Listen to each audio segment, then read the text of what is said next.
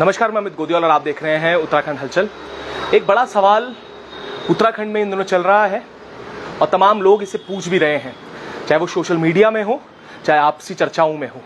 1 सितंबर को गैरसैंण में मूल निवास को लेकर महारैली का आयोजन किया गया और यह आयोजन किया गया मूल निवास संघर्ष समिति द्वारा। उसके बाद एक आह्वान किया जाता है। आह्वान के बाद सोशल मीडिया में एक पोस्ट वायरल होती है जिसमें यह कह दिया जाता है कि यूकेडी के बैनर तले ये पूरा जो आंदोलन है वो किया जाएगा। इसको लेकर मोहित डिमरी हमारे साथ हैं, जो लगातार जो मूल निवास संघर्ष समिति है, भू कानून और मूल निवास संघर्ष समिति है, उसमें लगातार सक्रिय भी हैं, संयोजक भी हैं उसके। डिमरी साहब, सीधे प्रश्न है पहले, 1 सितंबर को जो ये महारैली का आह्वान किया गया है, ये किसके बैनर तले हो रही है? देखिए, स्पष्ट तौर पे मूल निवास भू कानून समन्वय संघर्ष समिति के बैनर तले इस रैली का आयोजन किया जा रहा है। और संघर्ष समिति के बैनर तले 24 दिसंबर को देहरादून में भी एक महारैली हुई थी जिसमें 20,000 से अधिक लोग आए थे। इसके बाद इसी के बैनर तले हल्द्वानी में रैली हुई, कोटद्वार में रैली हुई, टिहरी में हुई और श्रीनगर में भी, तमाम उत्तराखंड के हिस्सों में रैलियां हुई। और अब हम एक बार फिर गैरसैंण में मूल निवास भू कानून समन्वय संघर्ष समिति के बैनर तले ही महारैली करने जा रहे हैं और इसके हमने व्यापक स्तर पर तैयारियां कर दी हैं। मैं पिछले 15-20 दिन से गैरसैंण के आसपास के इलाकों में, गाँव में, वहाँ के कस्बों में घूमा हूँ। हजारों लोगों से मैंने मुलाकात की है, युवाओं से, महिलाओं से, तमाम वहाँ पर व्यापारिक संगठन है, तमाम छात्र नेता हैं, सब लोगों से मैंने मुलाकात की। उन्हें मैंने महारैली में शामिल होने के लिए कहा है और लगातार अब कुछ दिन मैं उसी क्षेत्र में रहूँगा, वहाँ जा रहा हूँ। तमाम लोगों को हम जागरूक कर रहे हैं कि ये मुद्दे हमारे लिए क्यों जरूरी हैं, चाहे स्थायी राजधानी गैरसैंण का सवाल हो, मूल निवास का सवाल हो, भू कानून का सवाल हो। तो हम जन जागरण अभियान भी चला रहे हैं और मैं तो भाजपा के कार्यकर्ताओं के पास भी जा रहा हूँ, उनके पदाधिकारियों के पास जा रहा हूँ, कांग्रेस के कार्यकर्ताओं से, पदाधिकारियों से, यूकेडी के पदाधिकारियों से और भी जितने हमारे दल हैं। शायद कोई ऐसा दल हो जिसके दरवाजे पे मैं न गया हूँ, कोई सामाजिक संगठन ऐसा हो जिसके दरवाजे पे मैं न गया हूँ।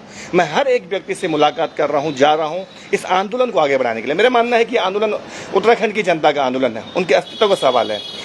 भाजपा के कार्यकर्ताओं को भी मूल निवास चाहिए, कांग्रेस के कार्यकर्ताओं को भी भू कानून चाहिए, अन्य संगठनों को भी।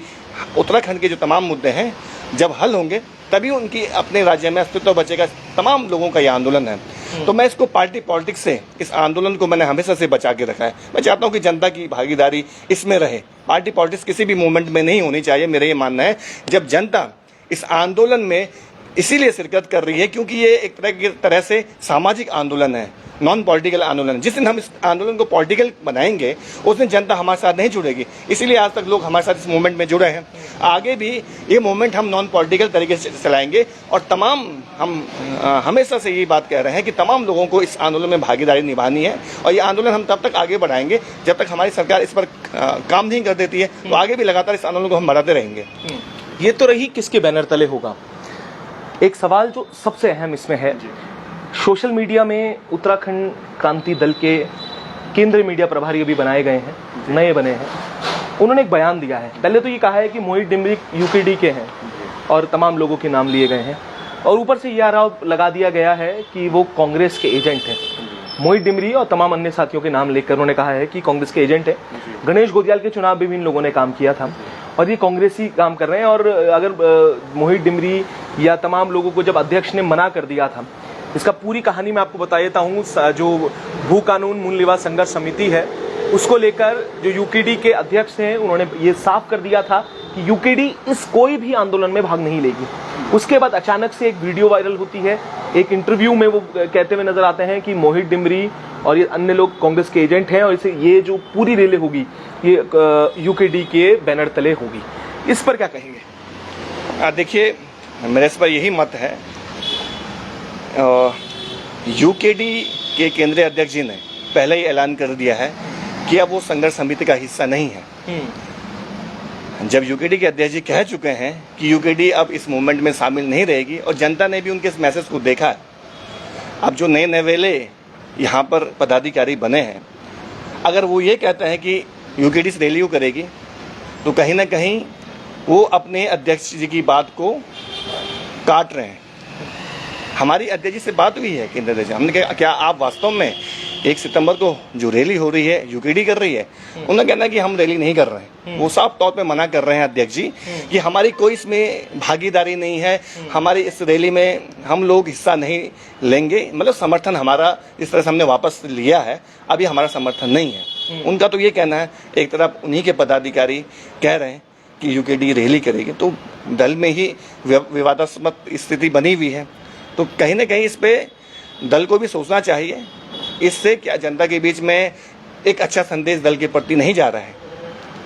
जो छवि एक तरह से यूकेडी की पहले से बनी हुई है, वो छवि और भी धूमिल हो रही है। इस तरह से संदेश अगर जाएंगे जनता के बीच, तो कहीं ना कहीं इसका नुकसान भी दल को झेलना पड़ रहा है। हम तमाम जगह से लोगों के हमें फ़ोन कॉल आ रहे हैं, लोग कह रहे हैं कि यहाँ पर रैली हो रही है, किस तरह की यहाँ पर चीज़ें चल रही हैं। तो हमने उनसे साफ कह दिया, हम तमाम लोगों को कह रहे हैं कि रैली मूल निवास भूकानून समन्वय संघर्ष समिति की है, हम दल विशेष की कोई रैली नहीं है। इसमें आम जनता को भागीदारी निभानी है। और इस रैली में हमने ये भी स्पष्ट किया है, कोई अपने झंडे लेकर नहीं आएगा, कोई अपने पार्टी के झंडे डंडे लेकर इस रैली में नहीं आएगा, ये स्पष्ट तौर पे हमने कह दिया है। हमारा ये मानना है कि ये रैली सिर्फ मूल निवास भूकानून समन्वय संघर्ष समिति के बैनर तले ही होगी, इसके अलावा इसका कोई दूसरा बैनर नहीं है। अगर किसी दल को, किसी संगठन को, किसी व्यक्ति को आंदोलन चलाना है तो अपने तरीके से आंदोलन आगे बढ़ाए, अपना आंदोलन खड़ा करे, जनता को साथ लेकर आंदोलन आगे बढ़ाए। लेकिन किसी जो आंदोलन पहले से चला आ रहा है, जिस पर जनता का भरोसा है, उस आंदोलन में आप विघ्न बाधा डालोगे तो कहीं ना कहीं जनता आपको कैसे माफ कर सकती है? ये तो सवाल सबसे बड़ा आज की डेट में है। और मैं ये भी कहना चाहता हूँ, जैसा आपने कांग्रेस के एजेंट की जो बात है वो भी मैं आपको कर लेता हूँ, आप पे आरोप लगे, सीधे गंभीर आरोप लगाए हैं आप पे। देखिए, तो मैं तो ये कहूँगा, जिन्होंने मुझ पर आरोप लगाए हैं वो तो हरीश रावत जी के पास गए थे टिकट मांगने के लिए। उनका कहना था कि अंकिता भंडारी जी की माता जी को सांसद का टिकट दीजिए, लोकसभा का टिकट दीजिए पौड़ी संसदीय सीट से। तो मैं क्या कहूँगा उन्हें, क्या आप कांग्रेस के एजेंट हो? आप धन सिंह रावत के गले मिलते हैं, उनके साथ आपकी घनिष्ठता रही है, प्रचार के दौरान भी आप उनके साथ दिखाई दिए हैं जब वो विधानसभा चुनाव लड़ रहे थे। तो मैं क्या कहूँगा, आप भाजपा के एजेंट हैं, आप आम आदमी पार्टी में रहे हैं, तो मैं क्या कहूँगा आपको, आप आम आदमी पार्टी के एजेंट हैं। हमें तो कभी नहीं कहा आपको कि आप इस पार्टी के एजेंट हैं, आप इस तरह से चीज़ें कर रहे हैं। आपके बारे में लोग हमें न जाने क्या क्या कहते हैं, लेकिन हमने कभी आपके बारे में इस तरह के आरोप नहीं लगाए सार्वजनिक मंच पे, कभी आपके बारे में कुछ नहीं कहा। हमारा ये मानना है कि आप राजनीति करो, राजनीति में मर्यादा शुचिता होनी बहुत ज़रूरी है, तभी तो आप आगे बढ़ पाओगे। आप इस तरह के मनगढ़ंत आरोप लगाओगे, निराधार आरोप लगाएगा जिसका कोई अपना आधार नहीं है, तो कहीं ना कहीं इससे नुकसान ही होता है। हमको एक जो राजनीति है या हम जिस भी फील्ड में काम करते हैं उसमें एक तरह से मर्यादा होनी बहुत ज़रूरी है। आप क्या बोल रहे हो, आप किस तरह के आरोप लगा रहे हो, ये बहुत गंभीरता से इसे लेना चाहिए, मेरा ये मानना है। आप इस तरह से किसी पर भी आरोप लगा सकते हैं। दूसरा मेरा ये कहना है कि आप जब जेल गए तो उस समय मैं ही था जिन्होंने देहरादून में प्रोटेस्ट किया, विरोध किया। श्रीनगर में जब महारैली हुई, मैं ही वो व्यक्ति था जिन्होंने कहा कि इस व्यक्ति के साथ हमें खड़ा होना है, क्योंकि सरकार बेवजह इनको परेशान कर रही है, हमें खड़ा होना चाहिए। वहाँ इनके पक्ष में हमने बात कही। और जहाँ जहाँ पर भी हमारे लोगों के बीच, हमारे लोगों के साथ इस तरह की चीज़ें होती हैं, हम खड़े होते हैं। लेकिन आप आज इस तरह से बातें कह रहे हैं, क्यों कह रहे हैं, किस लिए कह रहे हैं, ये समझ से परे है। और कहीं ना कहीं इसके पीछे क्या कारण हो सकते हैं, किसके इशारों पे ये सब चीज़ें हो रही हैं, ये भी बहुत बड़ा विषय है। इस पे भी जनता देख रही है। तो मेरा मानना है कि जब कोई मूवमेंट खड़ा हो गया है, उसको तोड़ने की साजिश नहीं होनी चाहिए। ये बहुत बड़ी साजिश हो रही है कि किसी भी तरह से इस मूवमेंट को खड़ा होने से रोका जाए। आज जनता का भरोसा, हजारों हजार लोग इस आंदोलन के साथ में खड़े हैं, तो कहीं ना कहीं ये जनता की एकता की ताकत को दिखाता है। और आज इस एकता को तोड़ने की जिस तरह के षड्यंत्र हो रहे हैं, इससे जनता देख रही है, इसे किसी भी तरह से स्वीकार कैसे कर सकते हैं हमारे लोग। तो मैं समझता हूँ कि जो रैली होगी उसमें भी देखना, आप जैसे हजारों लोग देहरादून में उमड़े थे, इस रैली में भी आएंगे। और ये रैली भी एक तरह से पूरी तरह से नॉन पॉलिटिकल रैली होगी। ये मूल निवास भूकानून समन्वय संघर्ष समिति के बैनर तले होगी। 1 सितंबर को होने जा रही है, पूरी तैयारियां हो चुकी हैं। और कोई विघ्न बाधा डालने की इसमें प्रयास करता है तो उसका खामियाजा भी भुगतने के लिए उनको तैयार रहना चाहिए, उन्हीं को नुकसान होगा। बिल्कुल। आपने देखा होगा, हमने पूर्व में भी कहा था कि जब भी आप जनता के मूवमेंट में अपने झंडे लेकर जाओगे उसका नुकसान आपको ही झेलना पड़ेगा। हम स्पष्ट तौर पे इस बात को कह रहे थे, हमने पहले भी कहा था, एक बार आप इस तरह से हरकतें मत कीजिए, आप जनता के मूवमेंट में साथ दीजिए, जनता आपको स्वीकार कर लेगी, लेकिन आप राजनीतिक तरीके से इस मूवमेंट में शामिल होंगे तो कहीं ना कहीं जनता का भरोसा टूटेगा। तो इसलिए आज जनता आप पर भरोसा नहीं कर रही है, ये भी इसके पीछे कारण है। तो आपको अपनी गलतियों पे काम करना चाहिए, न कि किसी और पे छीटाकशी करके उस आंदोलन को तोड़ने की कोशिश करना चाहिए। जी मैं एक सवाल करूंगा और ये मेरे पे मैसेज भी आए हैं, कई लोगों ने ये बात पूछी है। केंद्र मीडिया प्रभारी जो अभी बनाए गए हैं उन्होंने आरोप लगाए, उसके बाद ये भी एक बड़ा सवाल था पहाड़ी स्वाभिमान सेना को लेकर। एक सेना बनाई गई थी पहाड़ी स्वाभिमान सेना, उसमें आप लोग सारे ही सदस्य थे, वो लोग थे जिन्होंने पहाड़ी स्वाभिमान सेना बनाई है, जिसमें ये कहा गया था कि वो किसी दल से नहीं जुड़ेंगे या हम किसी दल से नहीं जुड़ेंगे, तो पहाड़ी स्वाभिमान सेना उनके लिए काम करेगी जो नॉन पॉलिटिकल होगी, ये एक बात हुई थी। उसके बाद अचानक एक फेसबुक पोस्ट आती है, वो भी सब बहुत ज़्यादा वायरल हुई, जिसमें अलग कर दिया गया और ये कह दिया गया कि पहाड़ी स्वाभिमान सेना केंद्र मीडिया प्रभारी की है, उसके संयोजक वो हैं, ये तमाम चीज़ें हैं। इसको लेकर भी बहुत सारे प्रश्न हैं और पहाड़ी स्वाभिमान सेना के सदस्यों ने मुझसे फ़ोन करके बोला कि इस विषय पे बात होनी चाहिए। इसलिए बात होनी चाहिए कि एक कमरे में बैठकर ये निर्णय हुआ था तमाम लोगों का कि एक सेना बनाई जाएगी जिसका नाम पहाड़ी स्वाभिमान सेना है। उसमें आप भी शामिल थे, उसमें अन्य लोग भी शामिल थे, वो पूरा प्रकरण क्या था वो भी थोड़ा सा क्लियर आप लोग कर देते हैं। देखिए, पहाड़ी स्वाभिमान सेना का जो कॉन्सेप्ट था वो मेरी सोच थी। मैंने इस संगठन को इस प्रदेश में खड़ा किया है और ये बात अलग है कि मैं तमाम लोगों से मिला और मैंने लोगों को जोड़ा। मेरा मकसद ये था कि जो यहाँ पर हमारा पहाड़ी समाज है उनके साथ बहुत सारी घटनाएं इस राज्य में हो रही हैं, उनके साथ खड़े होने के लिए हमें एक मजबूत संगठन की आवश्यकता है जो पहाड़ियों को सुरक्षित कर सके। इस सोच को लेकर इस संगठन को मैंने खड़ा किया, इन तमाम लोगों को मैंने उस संगठन में जोड़ा। लेकिन वो कुछ समय बाद पहाड़ी स्वाभिमान सेना को एक संस्था के रूप में परिवर्तित कर दिया जाता है, इसका विरोध था। मैं शुरू से इस बात का विरोध कर रहा था कि आपको पहाड़ी स्वाभिमान सेना को रजिस्टर्ड नहीं करना चाहिए और किसी संस्था के दायरे में नहीं लाना चाहिए। इसकी जो मूल भावना है वो खत्म हो जाएगी। हम इसको बिना पंजीकृत किए इस संगठन को आगे चलाना चाहते थे। आप देखिए ना, आरएसएस इतना बड़ा संगठन है, उसका अपना कोई रजिस्ट्रेशन नहीं है। बिल्कुल। हमने कहा पहाड़ी स्वाभिमान सेना का भी कोई अपना रजिस्ट्रेशन नहीं होगा और इसमें तमाम उत्तराखंड के जो पहाड़ी लोग हैं उनको हम जोड़ेंगे, उनके हम अधिकारों की बात करेंगे। इस तरह से हमारी सोच थी। लेकिन अब इस संगठन में भी इस तरह से जब चीज़ें हुई तो कहीं ना कहीं हमें इसका भी दुख हुआ और हमारा ये मानना है कि विघटनकारी ताकतें जो भी हैं वो कभी भी सही दिशा में काम नहीं कर सकती हैं। अपने ऊपर जो आपकी कमियां हैं, दूसरों पर कीचड़ उछालने से पहले हमें अपने ऊपर जो कमियां हमारी हैं उस पर हमें काम करना चाहिए। देखिए, हमने एक बात और कही थी, हमने कहा था कि अंकिता भंडारी जी की माता जी को चुनाव नहीं लड़ना चाहिए। पहले ये भी बात हुई कि यूकेडिसन को चुनाव लड़वाया जाए, हमने इसका विरोध किया। हमने कहा चुनाव नहीं लड़ना चाहिए उनको, इससे जो अंकिता भंडारी की न्याय की लड़ाई है वो कमज़ोर हो जाएगी। इसके बाद हमने फिर पार्टी ने तय किया कि आशुतोष नेगी जी को चुनाव लड़वाया जाए। पार्टी का फैसला रहा। यहीं से बातें शुरू हुई थी, यहीं पर उन्होंने आरोप लगाए थे कि आप लोग ये कहने के लिए उन्हें गए थे कि आप लोग चुनाव मत लड़िए, इस बार सपोर्ट कीजिए। ये बातें यहीं से पूरा प्रकरण जो है शुरू हुआ, जिसमें उन्होंने आरोप लगाया कि एजेंट हैं। और मुझे लगता है कि यही मुख्य कारण रहा जब आपने कहा कि लोकसभा में अंकिता भंडारी की ना माता जी को ना आशुतोष नेगी जी को चुनाव लड़ना चाहिए। यहीं से सारी चीजें डेवलप। देखिए, हमने आशुतोष नेगी जी से कहा, हमने कहा आप अंकिता भंडारी के नाम पर बिल्कुल भी चुनाव मत लड़िए।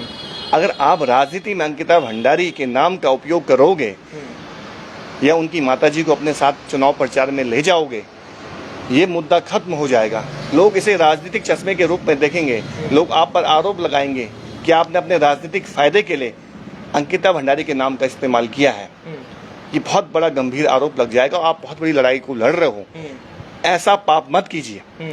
ये हमने आशुतोष नेगी जी को बहुत बार समझाया कि आप को टिकट मिल गया है, आप अपने मुद्दे रखिए, जो पार्टी के मुद्दे हैं आप उनको आधार बनाइए, अंकिता भंडारी के मुद्दे को भी शामिल कीजिए, उसमें कोई भी संकोच करने वाली बात नहीं है। लेकिन उनकी माताजी को चुनाव प्रचार में आप इस तरह से न ले जाइए।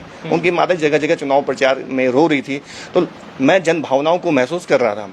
जन भावनाएं इसके विरोध में खड़ी थी कि उनकी माताजी चुनाव प्रचार में जा रही है, रो क्यों रही है, क्यों ऐसा किया जा रहा है, उनकी माताजी को रुलाया क्यों जा रहा है, इस बात का मुझे भी दुख हो रहा था। और तमाम लोग इस बात को देख रहे थे सोशल मीडिया के जरिए कि उनकी माताजी रो क्यों रही है। हमें फोन कर रहे थे लोग, हमने ये बात भी कही कि उनकी माताजी को क्यों रुलाया जा रहा है चुनाव के लिए। अपने राजनीतिक आप कीजिए, कोई उसमें कोई गलत बात नहीं है, लेकिन अंकिता जी भंडारी की माताजी को इस तरह ले जाना चुनाव प्रचार में, इसका कहीं ना कहीं ये तो चुनाव में नुकसान भी झेलना पड़ा। हमारा सिर्फ इस बात को लेकर विरोध था कि ऐसा नहीं होना चाहिए, इसके अलावा कोई हमारा किसी बात को लेकर विरोध नहीं रहा। हम हमेशा से इस बात को लेकर आगे बढ़े हैं कि मुद्दों की राजनीति होनी चाहिए। उत्तराखंड की जो जनता की समस्याएं हैं, जो मुद्दे हैं, उसको लेकर बहस होनी चाहिए, उसको लेकर सब लोगों को एक होकर लड़ना चाहिए। आपस में हमको लड़ना नहीं है। पूर्व में बहुत सारी गलतियां हुई हैं, उत्तराखंड मूवमेंट में बहुत सारी गलतियां भी हैं, हमारे आपसी टकराहट बहुत ज़्यादा रहे हैं मूवमेंट के दौरान भी। अभी भी हम ऐसे आपस में लड़ते रहेंगे। हम मूल निवासी यहाँ के लोग एक होकर नहीं लड़ेंगे तो बाहरी ताकतें इसका फायदा उठाएंगी। आप इस तरह से मौका क्यों दे रहे हो बाहरी ताकतों को फायदा उठाने के लिए?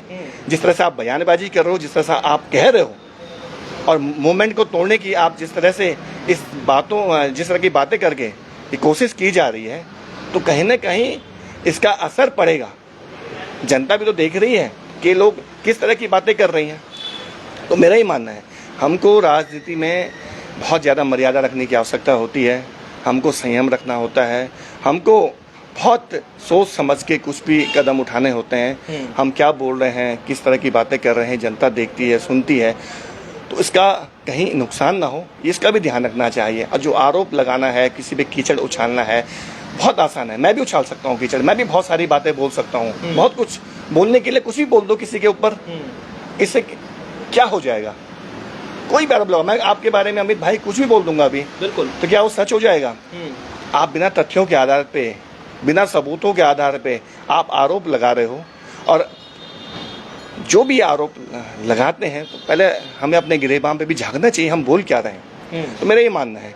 तो मुझे लगता है कि जिस मूवमेंट को आगे ले जाया जा रहा है, मैं अभी भी बात को कह रहा हूँ, सारे राजनीतिक दल उस मूवमेंट का हिस्सा बनिए, सामाजिक संगठन, आम जनता, सब लोग आइए, लेकिन बैनर मूल निवास भूकानून समन्वय संघर्ष समिति का रहेगा। अगर आपको अपने बैनर के तले कोई संघर्ष करना है, लड़ना है, तो अपनी लड़ाई को लड़िए ना। कौन आपको रोक रहा है? कोई नहीं रोक रहा आपको। आप जनता के बीच जाइए, संघर्ष कीजिए, उनके साथ खड़े रहिए, ये आपको करना चाहिए, मेरा ये मानना है। आखिरी सवाल एडमिरी जी, जब बात हुई तो आपने कहा कि जब इस तरीके के बयान आई गए हैं तो यूकेडी में रहकर भी क्या फ़ायदा है। ये सवाल इससे भी ज़रूरी है कि अब यूकेडी में ही हैं या इस्तीफ़ा देंगे, या ये भी कहा गया कि अगर ऐसा था कि मोहित डिमरी यूकेडी का है तो उस पर क्यों नहीं अनुशासनात्मक कार्रवाई की गई। तो ये जवाब दिया गया कि जो हमारे अध्यक्ष हैं, यूकेडी के अध्यक्ष हैं, वो शरीफ हैं, सीधे हैं, इसलिए उन्होंने अभी तक कोई अनुशासनात्मक कार्रवाई नहीं की है। तो अब मैं मोहित डिमरी से पूछना चाहता हूँ, वो अब भी यूकेडी में है या इसे अब समन्वय समिति को पूरा तरीके से हैंडओवर करके चलेंगे, या अभी भी यूकेडी का हिस्सा है? देखिए, अभी मैं आपसे बात कर रहा हूँ, तब तक तो मैं यूकेडी में ही हूँ। आगे क्या कुछ निर्णय होगा ये हम सब लोग बैठकर तय करेंगे। लेकिन यूकेडी से जुड़ने के पीछे मेरा जो मूल मकसद था, जो मेरी मूल भावना थी, मैं क्षेत्रीय सोच को लेकर आगे बढ़ने की मेरी हमेशा से ये कोशिश रही है कि हम लोग क्षेत्रीय सोच को लेकर आगे बढ़ें।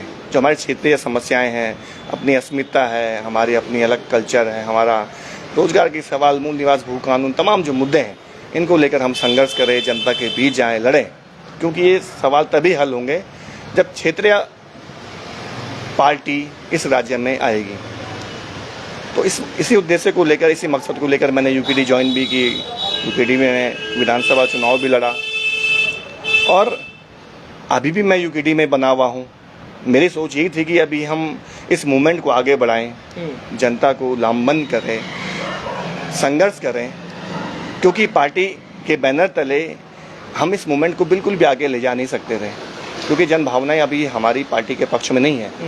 क्योंकि हमें बात स्वीकार करनी पड़ेगी, यूकेडी ने अपना भरोसा खोया है। वो विश्वास पैदा करने के लिए पार्टी को अभी बहुत मेहनत करनी चाहिए। हमारे शीर्ष नेतृत्व को अपनी कमियां स्वीकार करनी चाहिए, अपना मूल्यांकन करना चाहिए, आखिर कहाँ पे गलतियाँ हुई हैं, कौन से ऐसे कारण हैं जो आज भी पार्टी अपना आधार नहीं बचा पा रही है, अपना सांगठनिक ढांचा हमारा खड़ा नहीं हो पा रहा है। इस पर हमारी शीर्ष नेतृत्व को, हमारी पार्टी के नेताओं को काम करना चाहिए। मैं देखता हूं कि इस बात का दुख होता है, हमारी पार्टी में ही सिर्फ फुटबॉल की स्थिति पैदा हो जाती है, आपस में ही कई बार गतिरोध पैदा हो जाता है, और ये स्थितियां नहीं होनी चाहिए। जो विचारधारा है, उस विचारधारा को, जो सोच पार्टी की है, उसको लेकर हमें आगे बढ़ना चाहिए। आपस में लड़ेंगे, आपस में ही इस तरह की चीज़ें होंगी तो कहीं ना कहीं हम अपना नुकसान करेंगे, उत्तराखंड की जनता का नुकसान करेंगे। हम एक सही दिशा में आगे बढ़ना चाहिए, मेरा ये मानना है। फिलहाल अभी मैं यूकेडी में ही हूँ, आगे क्या कुछ निर्णय होता है, पार्टी में भी इस तरह से बातें भी मैं आपको बताना चाहूँगा। पार्टी में ये बातें चल रही है कि इनको पार्टी से हटाया जाए। लगातार हमारे पास खबरें आ रही है कि इनको पार्टी से हटाया जाना चाहिए, क्योंकि ये पार्टी में नहीं हैं शामिल और अलग तरीके से मूवमेंट खड़ा कर रहे हैं। सभी लोगों को साथ लेकर ये पार्टी के अंदर एक तरह से अनुशासनात्मक कार्रवाई होनी चाहिए। इस तरह से भी बातें चल रही हैं पार्टी के अंदर। लेकिन हमारा ये मानना है, हम यूकेडी को आगे बढ़ाने की सोच को लेकर दल में आए थे। आगे क्या कुछ निर्णय लेंगे, हम सब लोग बैठेंगे, आपस में तय करेंगे क्या आगे कैसी रणनीति बनाएं, किस तरह से हम आगे इन मुद्दों को लेकर जाएं। ये फैसला हम आने वाले समय में करेंगे। तो आपने सुना कि साफ कर दिया है डिमरी जी ने कि अभी वर्तमान और प्रेजेंट टाइम में तो वो यूकेडी में है, आगे रहेंगे या ना रहेंगे तो बैठ के वे डिसाइड करेंगे। पर 1 सितंबर की जो गैरसैंण में होने जा रही मूल निवास भू कानून की जो महारैली होगी, वो इसी समिति, जो भू कानून मूल निवास संघर्ष समिति है, उसी के बैनर तले होगी। और जिस तरीके से जो सोशल मीडिया में जो खबरें हैं, उस पर भी विराम लगा दिया है और ये साफ अपनी ये कर दिया है। इसमें तमाम संगठनों का स्वागत है और तमाम उन सामाजिक कार्यकर्ताओं का स्वागत है जो लगातार सड़कों सर आवाज़ उठा रहे हैं मूल निवास के लिए, भू कानून के लिए। तो अब ये देखना है कि 1 सितंबर में आखिर कितनी संख्या में लोग गैरसैंण पहुंचते हैं और अपनी उपस्थिति दर्ज करवाते हैं। आह्वान भी मोहित डिमरी जी कर चुके हैं। अब देखना होगा कि आगे गैरसैंण में क्या होता है। तब तक के लिए ऐसे ही जुड़े रहिएगा और देखते रहिएगा उत्तराखंड हलचल।